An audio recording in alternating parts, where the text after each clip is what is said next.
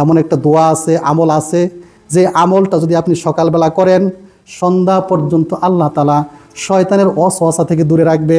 আমলটা জানা দরকার আছে না নাই?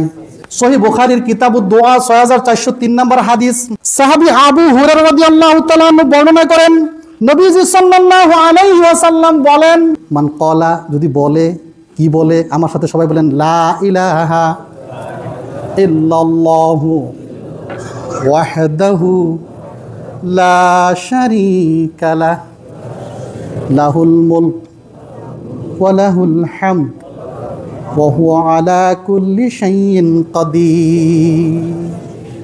কয়বার পড়বেন? ১০০ বার যদি পড়েন পুরস্কারগুলো শুনেন। কানাত লাহু আদলা আশরি রিকাব, ১ নম্বর পুরস্কার ১০০ জন গোলাম আজাদ করলে, মুক্তি দিলে যে নেকি, ১ নম্বরে আল্লাহ তার নেকিতে এটা দান করবেন, আমল নামে এটা দান করবেন। নাম্বার ২ শুনে রাখুন, ওয়া কুতিবা লাহু মিআতু হাসানা, আল্লাহ তাআলা তার আমল নামার মধ্যে ১০০টি নেকি দান করবেন।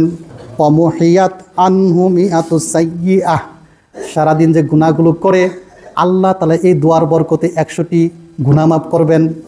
ওয়া কানাত লাহু হিরজাম মিনাশ শাইতানি ইয়াউমুহু যালিকা হাত্তা ইমসি, আল্লাহ তাআলা এই দোয়ার বরকতে ১০০ বার পড়লে সন্ধ্যা পর্যন্ত শয়তানের ষড়যন্ত্র থেকে রক্ষা করবেন।